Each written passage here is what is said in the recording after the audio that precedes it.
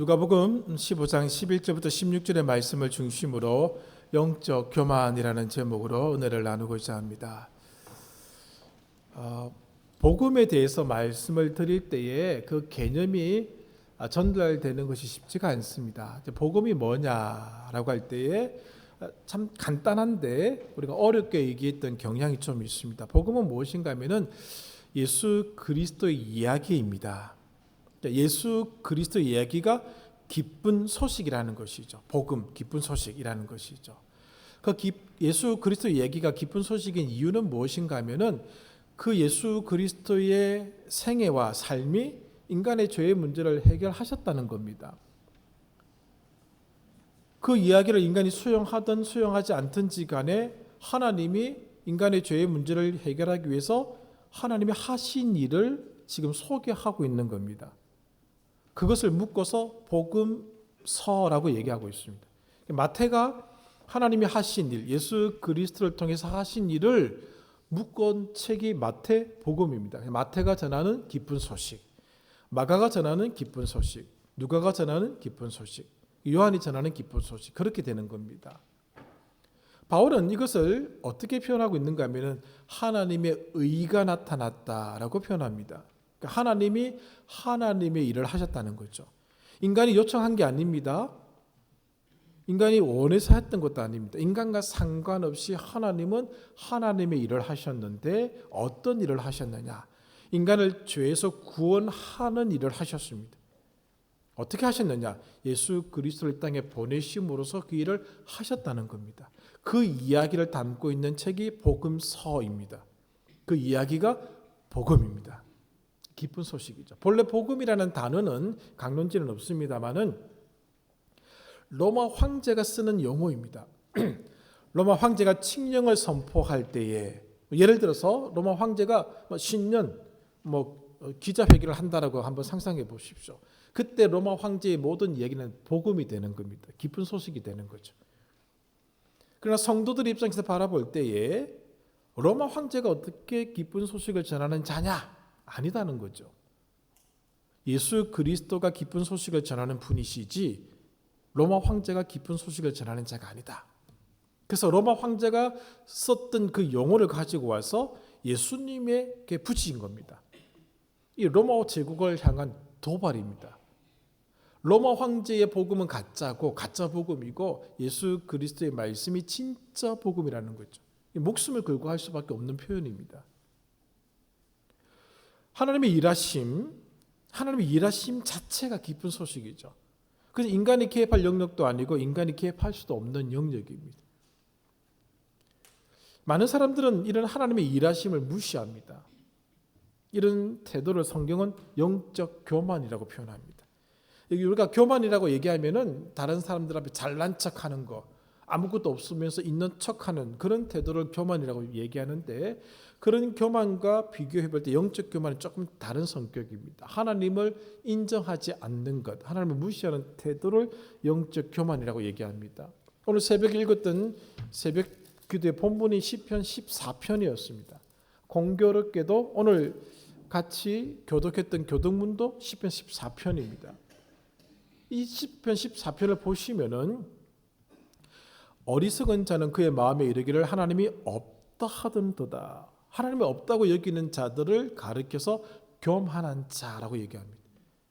이 어리석다는 것은 두 가지를 표현할 수 있습니다. 하나님이 계시긴 계신데 하나님을 무시하는 태도, 없는 것처럼 행동하는 사람의 태도를 교만이라고 얘기합니다.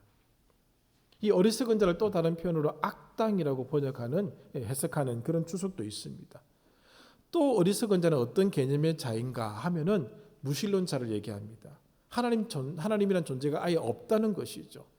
그런 존재들이 교만한 자들이다라고 하는 것이죠. 그들의 행동이 어떻게 나타나는가? 이 시편 14편 1절 하반절은 이렇게 표현합니다. 그들은 부패하고 행실이 가증하니 선을 행하는 자가 없도다. 선을 행할 수가 없도다는 것이죠. 영적 교만에 빠진 자들의 삶을 뜯어보면은 결국 부패한 행동을 한다는 것이죠. 가증한 행실이라는 것이고 선이라는 것은 행할 수 없다는 겁니다. 여기 대해서 시편의 저자는 하나님이 없다고 선언했던 그 어리석은 자들을 향하여 이렇게 얘기합니다. 2절에서 하늘에서 인생을 굽어 살피신다. 하나님이 지각이 있는 자를 찾고 있다. 그렇게 얘기하고 있어요. 하나님 계시다는 걸 선포하고 있는 것이죠. 그 다툼을 벌이고 있는 것이 시편 14편의 내용입니다. 자세한 것은 우리 새벽 기도의 밴드에 올려진 내용을 보시면 됩니다. 자, 하나님이 없다. 하나님이 계시긴 한데 하나님은 인간의 땅에서 아무런 일도 하지 않으신다라고 무시하고 조롱하는 자들을 영적 교만에 빠진 자들이라고 얘기하는 것이죠. 하나님은 인간의 이런 교만의 모습을 알고 계심에도 불구하고 그럼 너희들끼리 살아. 너희들 좋은 대로 해. 라고 하시면서 자리를 비우신 게 아닙니다. 그럼에도 불구하고 하나님은 하나님의 일을 하셨습니다. 그것이 바울은 하나님의 의가 나타났다고 표현한 것이고 복음서는 이것이 복음이다. 하나님의 이야기를 알려주고자 한다라고 표현을 하고 있는 것입니다. 그렇지 않으면 인간은 소망을 가질 수가 없습니다. 인간끼리 내버려 둔다고 생각해 보십시오. 창세기 11장입니다. 창세기 6장부터 9장까지입니다. 그게 인간의 모습인 것이죠. 인간은 그러함에도 불구하고 그러한 자기 자신들을 못 보는 그런 존재들이다라고 하는 것이죠. 장례식장에서 많이 말씀을 드렸습니다마는 우리가 죽음을 두고 사망이라고 표현하죠. 죽을 사자, 망자는 망할 망자입니다. 유교권이 가지고 있는 죽음에 대한 인식이죠. 개념입니다. 자, 죽은 것이 망하는 겁니다. 즉 죽은 것 자체가 죽는 것이 없어진다는 겁니다. 아무것도 없다는 것이죠. 그러나 인간은 죽음으로 끝나지 않습니다. 죽음 이후에 것이 있다는 것이죠. 죽음으로 끝나면 인간의 삶은 이렇게 되지 않을 것입니다. 예수님의 이야기가 왜 기쁜 소식인지를 알기 위해서는 인간이 어떤 존재인지를 아셔야지만이 복음서가 비로소 눈에 들어오기 시작합니다. 복음이 무엇인지를 알려드리기 위해서 오늘 제가 말씀드리고자 하는 것은 인간의 모습이 어떤지를 좀 알자는 겁니다. 저와 여러분의 모습이 어떤 것인지를 좀 알려드리고자 하는 것이 그 목적이 있는 것이죠. 인간의 존재를 아셔야지만이 복음서의 글들이 눈에 들어오기 시작하고 읽혀지기 시작한다는 것이죠. 왜 이것이 복음인지 복음서인지를 비로소 깨닫게 된다는 것이죠. 그렇지 않으면은 안 보입니다. 우리 존재가 어떤 존재인지를 모르면 복음서의 글들은 귀에 들어오지 않습니다. 눈에 들어오지 않게 된다는 것이죠. 그래서 인간 존재를 가장 잘 설명해 주고 있는 비유가 누가복음 15장의 11절 이하에 있는 이 탕자의 비유 혹은 두 아들의 비유이기에 이 본문을 통해서 인간의 모습을 말씀드리고자 합니다. 내용이 굉장히 깁니다. 사실은. 짧게 말씀을 드리기 위해서는 이 기록되어 있는 내용대로 진행할 수가 없습니다. 조금 제가 요약하면서 말씀을 드릴 것이고 부족한 부분들은 이 강론지를 읽어서 참고해 주셨으면 좋겠습니다. 모든 성경 내용 중에서 인간의 모습을 가장 잘 그려주고 있고 그 인간의 문제를 가장 잘 해결해 주고 있는 내용을 담은 비유가 누가복음 15장 11절부터 32절까지의 이 두 아들의 비유, 탕자의 비유입니다. 그래서 이 내용만 잘 이해하시면 창세기부터 요한계시록까지 전체를 설명할 수도 있습니다. 그만큼 중요한 비유라는 사실을 기억하십시오. 여기 나오는 아버지는 하나님 아버지를 가리키고 두 아들은 둘 다 아담을 가리킵니다. 첫째 아들도 아담이고 둘째 아들도 아담입니다. 첫째 아들을 통해서 아담의 이쪽 면을 그려주고 있고 둘째 아들을 통해서 아담의 저쪽 면을 그려주고 있다고 보시면 됩니다. 즉 아담의 한계를 지닌 즉 죽는 존재. 창세기 4장 26절에서 사람들이 인간을 어떻게 표현하고 있는가 하면 에노스 혹은 에노쉬라고 표현합니다. 연약한 존재, 죽을 수밖에 없는 존재라는 것이죠. 그러면서 창세기 4장 26절에서 바로 5장 1절로 넘어가면서 아담이 930년을 살다가 죽었더라. 즉 죽는 존재임을 알려주고 있는 겁니다. 이게 아담의 한계입니다. 죽는 존재라고 하는 것이죠. 이게 아담의 한계를 지닌 두 아들을 소개하는데 대표적인 아들로 둘째 아들을 등장시킵니다. 본문을 한번 보시기를 바랍니다. 12절에 둘째 아들 태도가 나오죠. 그 둘째가 아버지에게 말하되 아버지여 재산 중에서 내게 돌아올 분깃을 내게 주소서 하는지라. 아버지가 그 살림을 각각 나누어 주었더니 첫째 아들에게도 주었고 둘째 아들에게 주었다는 뜻입니다. 그 둘째 아들이 아버지의 분깃을 가지고 13절이 중요합니다. 그 후 며칠이 안 되어 둘째 아들이 재물을 다 모아가지고 먼 나라에 가, 그겁니다. 아버지의 곁을 떠났다는 겁니다. 아버지의 통치 영역을 벗어났다는 겁니다. 창세기는 이것을 다르게 표현하고 있죠. 인간이 죄를 지음으로 에덴 동산에서 쫓겨난 겁니다. 이것을 누가복음은 이렇게 표현한 겁니다. 아버지의 영역, 아버지 통치하는 아버지의 주권이 미치는 영역에서 벗어난 겁니다. 아버지를 벗어난 둘째 아들의 삶의 모습은 13절 하반절에 허랑방탕입니다. 허랑방탕입니다. 시편 14편 1절에서 표현되고 있는 것처럼 부패함, 가증함 똑같은 겁니다. 하나님을 떠난 인생의 모습이 바로 이것입니다. 그리고 그의 인생은 낭비하는 인생입니다. 낭비. 소모되는 인생이라는 겁니다. 자, 우리 인생을 한번 생각해 보시기를 바랍니다. 태어났습니다. 성장해 갑니다. 점점점 소모되지 않습니다. 젊었을 때 힘이 있습니다. 뭐든지 다 할 수 있을 것 같습니다. 죽음을 생각하지 않습니다. 100년, 200년 사느냐 물어보면 아니다라고 얘기하지만은 생각은 200년, 300년, 400년 살 것처럼 살아가고 있습니다. 그래서 끊임없이 모으고 있지 않습니다. 그러나 언젠가 시간이 흐르게 되면은 어떻게 되는가? 14절 다 없앤 후 비로소 궁핍한지라 다 소모된다는 거죠. 저 얘기를 해드렸지 않습니까? 제가 모시고 있는 우리 외삼촌 그분의 인생을 제가 쭉 지켜보았습니다.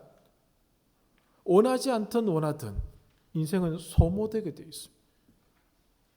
이제는 사람을 알아보실 수 없을 정도로 기력이 약해지셨습니다. 소모되는 겁니다. 궁핍해지는 겁니다. 자기 힘으로 음식을 해 드실 수가 없습니다. 자기 힘으로 씹어서 드실 수가 없습니다. 자기 힘으로 화장실을 가실 수가 없습니다. 비로소 궁핍해지는 겁니다. 소진되는 겁니다. 그리고 더 비참한 인생으로 들어가죠. 15절입니다. 그 나라 백성 중 한 사람에게 붙여 사니 그가 그를 들러보내어 돼지를 치게 하였다. 유대인들이 가장 혐오하는 동물 중에 하나가 돼지입니다. 성전에서 돼지의 피로 제사를 드리게 되면 성전 전체가 부정해집니다. 더러워집니다. 성전 제사가 중단되어야 합니다. 그만큼 부정한 동물로 취급하고 있었습니다. 그 돼지를 쳤습니다. 나락으로 떨어진 인생의 모습입니다. 16절 보십시오. 그가 돼지 먹는 쥐연 열매로 배를 채우고자 하되 주는 자가 없다. 자, 돼지가 먹는 것을 먹고자 했지만 그것마저도 못 먹는 존재. 돼지보다 못한 존재가 된 겁니다. 이게 인간의 모습입니다. 지금 우리가 인간을 바라볼 때 다 겉으로 보면 다 화장벌로 가려서 다 이쁘게 꾸몄기 때문에 모릅니다만은 인간의 본성이 이렇다는 것이죠. 돼지보다 못한 존재의 모습을 드러내고 있지 않습니까? 흉악한 범죄자들이 매스컴에 나올 때마다 우리는 다 삿대질하고 욕합니다. 저도 욕하고 삿대질합니다. 그러나 사실은 우리들의 모습의 일부를 보여주지 않습니까? 인간의 모습이라는 것이죠. 돼지가 먹는 것마저도 먹을 수 없는 존재로 떨어지는 것이 인간이다라는 사실을 보여주고 있는 것이죠. 이것이 하나님이 없는 존재의 모습입니다. 요즘에 하나님이 없다라고 외치는 목소리가 높아지고 있죠. 그래서 신앙생활을 할 필요가 없다. 특히 교회를 갈 필요가 없다. 그런 얘기를 많이 합니다. 그러나 사회학자들이 사회의 현상을 바라보면서 안타까워하는 것들이 있습니다. 신의 존재의 유무를 떠나서 사회학자들이 이렇게 얘기를 합니다. 종교가 없는 사회, 종교를 부정하는 사회의 모습이 종교를 인정했던 사회의 모습보다 더 비참하다는 겁니다. 더 비참한 현상을 더 많이 보인다는 것이죠. 그나마 종교라고 하는 것을 인정하고 믿었던 사회는 그것이 기준이 되어서 삶을 조심한다는 겁니다. 예수 믿는 사람이 하는 게 아닙니다. 사회학자들이 그런 얘기합니다. 종교 자체를 부정하는 사회는 정말로 자기 마음대로 흘러가더라는 겁니다. 인간의 모습도 점점점 비참해지더라는 것이죠. 위로를 받을 곳을 찾지 못하더라는 겁니다. 자기 한계가 너무 명확하게 드러나는 것이죠. 18세기, 19세기를 보내면서 신학은 자유주의 신학의 물길로 뒤덮이고 말았습니다. 결국 사신신학까지 나왔습니다. 하나님이 죽은 신학이다. 신은 죽었다라고 선언하기까지 나왔다 그 말입니다. 마음대로 하나님을 해석합니다. 성경도 난도질해서 읽을 수 없을 만큼 쪼개버렸습니다. 자, 그렇게 되면은 하나님이 없는 사회가 주는 그 자유가 인간에게 정말 자유와 행복과 안녕을 주었느냐라고 할 때 그 사회를 보십시오. 그 시대를 보시면은 자유도 없었고 안녕도 없었고 행복도 없었습니다. 그렇게 치닫던 세상에서 그들을 무너뜨린 사건이 있었습니다. 세계 제1차, 2차 대전입니다. 인간의 잔인함을 본 거죠. 그 시절에 얼마나 많은 사람이 대학살로 죽었습니까? 5천만 명이 죽었다, 7천만 명이 죽었다, 3천만 명이 죽었다는 소리가 나오지 않습니까? 하나님이 없다라고 선언한 나라에서 일어난 일들입니다. 하나님을 부정하고 하나님을 없애버린 곳에서 일어난 인간의 모습이 그렇게 드러난 겁니다. 굳이 어떤 특정한 나라를 짚지 않더라도 다 알고 있는 나라들에서 그런 일들이 일어났었습니다. 하나님이 없다고 선언했는데 그곳에 진정한 생명이 있었느냐, 진정한 자유가 있었느냐, 진정한 행복이 있었느냐라고 물어볼 때 없었다는 겁니다. 그러나 그 자유주의 신학의 물결을 뒤엎을 만한 힘이 없었습니다. 소위 보수주의 진영에서는 그것을 엎어낼 수 있는 힘이 없었습니다. 아무도 저건 아닌데 라는 수준에서 끝나버렸습니다. 그때 어떤 한 사람이 등장합니다. 칼 바르타라는 사람이 등장해서 로마서 강해라는 책을 집필하게 됩니다. 자유주의 신학의 놀이터에 폭탄을 던진 책이다라고 그렇게 평가하는 책입니다. 우리가 생각 조금 다른 부분이 있습니다. 중요한 것은 무엇인가 하면 이분이 이 책을 쓸 때에 어디에서부터 시작하게 되었는가 하면은 도스토예프스키가 썼던 책들에서 이 책을 쓰기 시작한 겁니다. 도스토예프스키가 쓴 모든 책들은 인간의 본질을 보여주는 책들입니다. 인간이 누구인지, 까라마초프가 형제들을 비롯한 모든 책들이 다 그렇습니다. 인간의 근본, 인간의 현실, 인간의 모습을 본 모습을 보여주는 책입니다. 그래서 이 칼 바르타는 인간을 본 겁니다. 인간 자체에 소망이 없다는 걸 본 겁니다. 그리고 시대도 그것을 증명해 주었습니다. 그렇게 해서 나온 책이 로마서 강해입니다. 한꺼번에 뒤집어 엎어버린 것이죠. 제가 1차, 2차 대전이 터지고 난 뒤에 하나님이 없다라고 선언했던 수많은 사람들은 하나님 없음의 결과가 허무함임을 깨닫게 됩니다. 하나님께로 돌아가자라는 외침이 일어나게 됩니다. 말씀으로 돌아가자라는 외침도 일어나기 시작했었습니다. 하나님 없는 세상은 바로 이러한 세상이라는 것이죠. 바로 이 둘째 아들이 경험한 세상입니다. 허랑방탕, 낭비, 비로소 궁핍한지라. 돼지가 먹는 음식마저도 먹지 못하는 상태, 그 존재를 보여주고 있는 것이죠. 하나님이 없다고 외치는 이 세상에 인간들의 삶을 한번 여러분 보십시오. 얼마나 많은 상담가가 있습니까? 순실대학의 모 교수는 상담 활동을 지금도 텔레비전 통해서 하고 있지 않습니까?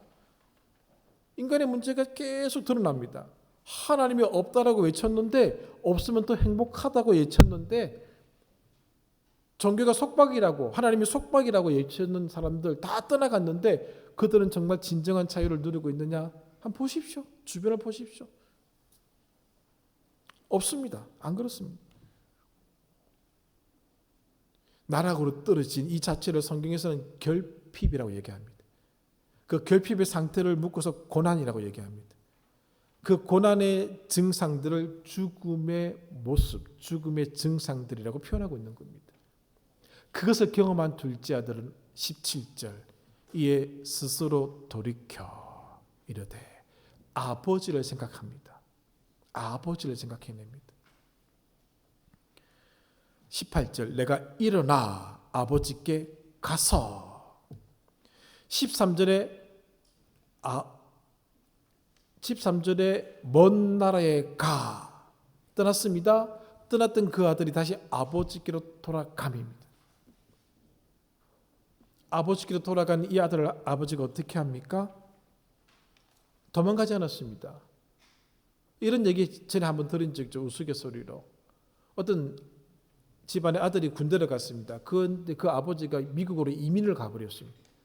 근데 간다고 알려주지도 않고 어디 갔는지도 알려주지 않았답니다. 제대해서 와 보니까 집이 없어진 겁니다. 멋진 아버지 아닙니까? 하려면 그 정도로 해야죠. 그런데 그 아들 뭐가 되겠습니까? 근데 이 아버지는 아버지의 재산을 가지고 아버지 품을 떠난 이 아들을 두고 딴 나라로 이민 가지 않으셨습니다. 보십시오. 20절 이에 일어나서 아버지께로 돌아가니라. 아직도 거리가 먼데 아버지가 그를 보고 측은히 여겨 달려가 목을 안고 입을 맞추니. 아버지는 기다리고 있었다는 겁니다. 아버지가 기다리고 있었다라고 하니 이것이 하나님의 일을 하셨다는 내용입니다. 아버지는 어떤 일을 하셨는가 하면은 22절 종들에게 이르되 제일 좋은 옷을 내어다가 입히고 손에 가락지를 끼우고 발에 신을 신기라. 그리고 살진 송아지를 끌어다가 잡으라. 우리가 먹고 즐기자. 잔치를 베풀었다는 거죠. 아들은 아버지 곁을 떠났습니다마는 아버지는 아들을 위한 일을 하고 계셨다는 겁니다. 그래서 아들의 지위를 회복시켜 주는 겁니다. 이것이 아버지 역할입니다. 아들은 아버지 곁을 떠날 수 있습니다마는 아버지는 아들을 떠나지 못합니다. 그래서 아버지는 아버지 일을 하신 겁니다. 그 이야기가 복음입니다. 그 이야기를 담고 있는 책이 복음서입니다. 우리가 이 복음을 깨닫기 위해서 복음서의 내용을 깊이 있게 만나기 위해서는 내가 어떤 존재인지를 아셔야 된다는 겁니다. 저와 여러분 지금 멀쩡합니다. 뭐 큰 죄도 지은 것 같지 않습니다. 그러나 인간의 본성이 있습니다. 그 본성은 하나님이 없다라고 외치는 그 본성과 똑같은 본성입니다. 그걸 깨달아야지만 이 복음서가 보이기 시작한다는 것이죠. 어떤 존재인지를 알아야지만 보이게 된다는 겁니다. 잔치는 하나님과 함께하는 자리입니다. 잔치의 이미지는 풍요로움이죠. 기쁨이죠. 사랑이 넘치는 것입니다.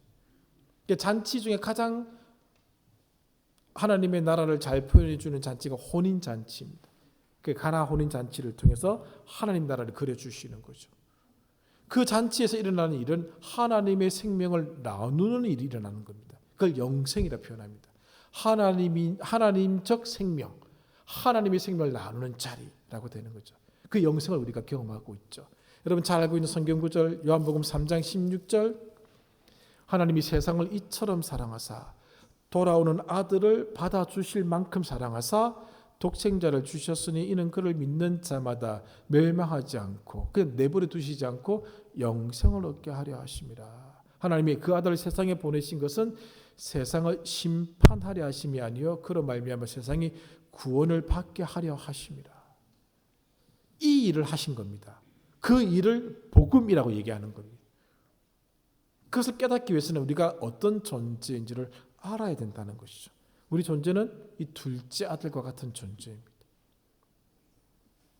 전에 읽었던 팀 켈러의 복음 안에서 발견한 참된 자유라는 책에서 이런 인간, 영적 교만에 빠진 인간의 모습을 네 가지로 정리하는 것을 잠깐 인용해 왔습니다. 자세한 내용은 그 책을 다시 보시면 잘 나와 있습니다. 정리하면 이렇습니다. 첫 번째, 하나님을 떠난 인간의 상태, 즉 영적 교만에 빠진 인간의 상태는 공허하다는 것이죠. 여러분, 물건을 사보셔서 아시죠? 좋은 옷을 사보셔서 아시죠? 샀던 그날 제일 좋습니다. 물론 사기 전날 제일 좋죠. 사는 순간 절정이죠. 그러나 한 달, 두 달, 1년이 지나가면 눈에 안 들어옵니다. 그렇죠. 좋은 물건도 마찬가지죠. 집도 마찬가지입니다. 권력도 마찬가지입니다. 공허하다는 겁니다. 하나님으로 채워져야 할 마음에는 하나님이 채워져야 됩니다. 다른 것으로는 채워지지 잠깐입니다. 잠깐 좋죠. 인간은 하나님으로 채워지지 않았기 때문에 그 잠깐을 계속 추구한다는 겁니다. 그런 인생을 살아간다는 것이죠. 둘째는 하나님을 떠난 인간, 영적 교만에 빠진 인간은 그 자체로 고통 덩어리입니다. 문제가 해결되지 않았기 때문에 고통이죠. 삶의 문제가 풀리지 않습니다. 얼마나 많은 삶의 문제들이 있는지 모릅니다. 그러면 주님을 믿는 자들도 삶의 고통이 있는데 그걸 어떻게 해석할 수 있겠습니까? 라는 질문이 생기죠. 로마서를 보셔야 됩니다. 로마서를 말씀드리는 수요일날 오셔야지 들을 수 있습니다. 인간의 고통이 떠나지 않는 이유는 인간의 상처가 있기 때문에 그렇습니다. 둘째 아들이라는 한계, 아담의 후손이라는 한계 때문에 그렇습니다. 그래서 우리는 무언가로 채우려고 합니다. 다른 사람이 나를 비판하거나 평가하면 혼란스럽습니다. 힘들어합니다. 그래서 사람은 세 번째, 분주하다는 거죠. 바쁩니다. 공허를 채우기 위해서 바쁩니다. 무언가를 가졌다고 해서 만족되지 않습니다. 지금 우리 아이들 학교에 다 입학했습니다. 기쁘죠, 좋죠. 언제까지 기쁠까요? 그 기쁨이 오래 가지 않습니다. 어느 순간에 사그라듭니다. 인간의 모습이죠. 공허하다는 거죠. 더 가져야 됩니다. 절대 비교에서 우위를 점해야지만이 만족하겠다라고 생각하는데 오늘 절대 비교에서 우위를 점했다 할지라도 내일이면은 또 그것을 요구한다는 것이죠. 그게 우리의 모습이죠. 이 영적 교만에 빠진 우리의 마음이 그렇게 분주하다는 거죠. 늘 채우기 위해서 더 한다는 거죠. 자기를 더 돋보이게 하기 위해서 유행을 걸 찾아갑니다. 공부도 마찬가지죠. 계속 그렇게 공부하는 이유가 바로 거기 있는 거죠. 학문의 절정에 도달하기 위해서 그렇게 하는 것도 있겠지만은 공허함을 채우기 위해서 그렇게 하는 게 많습니다. 위장하는 거죠. 꾸미는 거죠. 지금 졸업식 많이 하고 있잖아요. 학위식 하면 이거 하나 있는 게 하나는 아무것도 안 붙입니다. 2개 붙인 게 하나가 학사, 석사, 박사입니다. 목사들 가운 입을 때 이 박사 가운 입고 이 강단에 서서 입고 있는 분들 많이 계시죠. 왜 그렇습니까? 이거 없어도 되거든요. 굳이 3개짜리 붙여가지고 자기 박사라고 더 박사 학위도 좀 살펴봐야 될 부분도 있겠습니다만 공허하는 겁니다. 분주한 건 더더죠. 네 번째는 하나님을 떠난 인간은 나약합니다. 열등감에 빠졌다고 하는 거, 우월감을 추구한다고 하는 것은 다 똑같은 겁니다. 열등감, 우월감은 같은 개념입니다. 빈 상태라는 거죠. 인생의 창고가. 바로 이 모습이죠. 오늘 부여주는 비로소 궁핍한지라. 빈 상태죠. 돼지를 치는 모습이죠. 돼지가 먹는 것마저도 못 먹는 모습이죠. 하나님으로 만족되지 않으면 영원히 둘째 아들입니다. 하나님으로 만족되지 않으면 영원히 아담적 한계를 지닌 인간입니다. 만족할 수 없다는 것이죠. 하나님이 아니고서는 인간은 만족할 수가 없는 존재죠. 영적 교만에 빠진 사람들을 몇 가지 정리했습니다. 보십시오. 뒷면에 후반부에 영적 교만은 하나님의 주권을 거부하고 자기 힘으로 서는 태도를 영적 교만이라고 얘기합니다. 하나님처럼 되려는 모든 시도입니다. 하나님의 의에 복종하지 않는 태도입니다. 하나님 필요 없다는 것이죠. 남을 판단하고 멸시하는 것이 영적 교만입니다. 하나님의 은혜를 무시하는 행위가 영적 교만입니다. 하나님의 은혜를 망각하는 것도 영적 교만입니다. 그 교만의 결과는 패망입니다. 넘어짐입니다. 시편 14편은 뭘 얘기하고 있는가 하면은 두려움을 얘기하고 있습니다. 여러분 시편 14편 새벽 오신 분들은 제가 말씀을 드렸습니다만은 거기서 그들은 두려워하고 두려워하였으니 이 부분입니다. 두려움으로 두려움에 빠진다는 겁니다. 인간의 근원적인 두려움이 그들을 두려워하게 만든다는 뜻입니다. 영적 교만의 모습입니다. 영적 교만한 자가 빠지는 모습이죠. 그 자를 향하여 하나님은 대적하십니다. 충돌하는 것이죠. 영적 교만에 빠진다는 영적 성장을 이룰 수가 없습니다. 오늘 저는 이 말씀을 드리는 이유는 딱 한 가지입니다. 예수 그리스도의 이야기, 이 복음이 필요한 이유를 알아차리게끔 하기 위해서 이 말씀을 드리는 겁니다. 그래서 우리를 보시라는 겁니다. 나를 보시라는 겁니다. 인간이 보여야지만이 비로소 하나님이 보이게 되어 있습니다. 그 순서를 만드신 겁니다. 세상을 보십시오. 하나님 없이 될 수 있는 세상인가? 하나님의 없음을 주장하는 사람들 보십시오. 그들의 삶이 부패해 있다는 것을 보셔야 됩니다.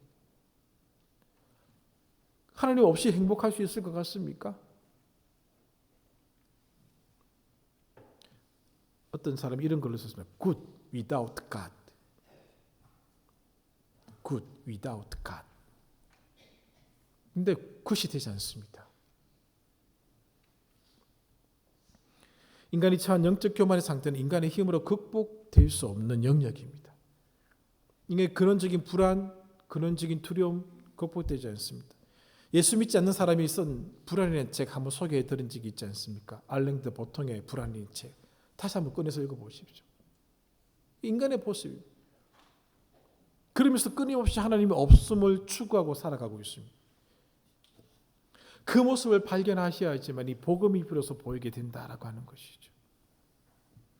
이런 모습을 인정하는 겁니다.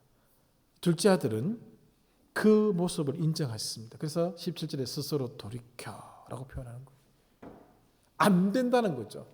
자기 힘으로는 돼지가 먹는 그 열매, 돼지가 먹는 그 음식도 못 먹는다는 깨닫게 되자 하나님을 바라보는 거죠. 아버지를 생각한 겁니다. 그게 우리의 모습이라는 겁니다. 하나님 없이 살아가는 모습이 바로 그것입니다. 그걸 그렇게 보셔야 됩니다. 우리만 그렇습니까? 예수를 알지 못하는 모든 자가 이 둘째 아들과 같은 존재입니다. 어떻게 해야 될 것인가? 아버지께로 향하여야지만이 영생을 얻게 됩니다. 끊어지지 않는 자원이 제공된다는 겁니다. 영생이죠. 끊어지지 않는 생명이 주어지는 겁니다. 기쁨, 사랑, 풍요가 채워진다는 것이죠. 이것이 우리가 예수를 믿는 이유입니다. 이것이 우리가 교회를 다니고 있는 이유입니다. 아, 교회 다니니까 좋더라. 봉사활동도 가고 사람도 사귀고 뭐 외롭지도 않고. 아니, 그것 때문에 교회 다니는 게 아닙니다, 여러분. 그것 때문에 전도하는 게 아닙니다. 아, 우리 교회 좋으니까 오십시오. 편합니다. 좋습니다. 그런 이유 때문에 예수 전도하는 게 아닙니다. 인생의 근원적인 문제 때문에 전도해야 되는 겁니다. 당신의 상태가 바로 이것입니다. 그 문제를 해결하실 분은 주님밖에 없습니다. 그 주님의 이야기 속에 들어오십시오. 전하고 있는 것이죠. 우리 영광께 모든 성도님들은 내가 어떤 존재인지를 보셔야 됩니다. 그래야지만이 주님을 발견할 수가 있습니다. 이런 준비가 되지 않으신 분들, 누가복음 15장을 다시 한번 깊이 읽어보시고 부족하지만은 제가 정리해드린 이 글을 읽어보면서 한번 자기 자신을 찾아가보는 여행을 한번 해보시기를 바랍니다. 기도하겠습니다. 하나님 감사합니다. 우리가 누구인지 보여주셨습니다. 둘째 아들입니다. 아담의 한계를 지닌 존재입니다. 결국 죽을 수밖에 없는 존재입니다. 연약합니다. 우리 힘으로는 우리에게 닥친 질병도 해결할 수가 없습니다. 끊임없이 질문하고 끊임없이 우리 힘으로 살아가고자 하지만 해결되지 않는 인생을 살아가고 있습니다. 하나님 그런 인생임을 깨닫게 해주셔서 비로소 성경을 읽게 해주시고 성경이 눈에 들어오게 해주시기를 바랍니다. 왜 복음이 복음인지를 알게 하여 주시옵소서. 이 은혜가 영광께 모든 성도들에게 있기를 간절히 원합니다. 그리고 영광께 성도들의 가정에 있기를 간절히 원합니다. 예수님의 이름으로 기도합니다. 아멘.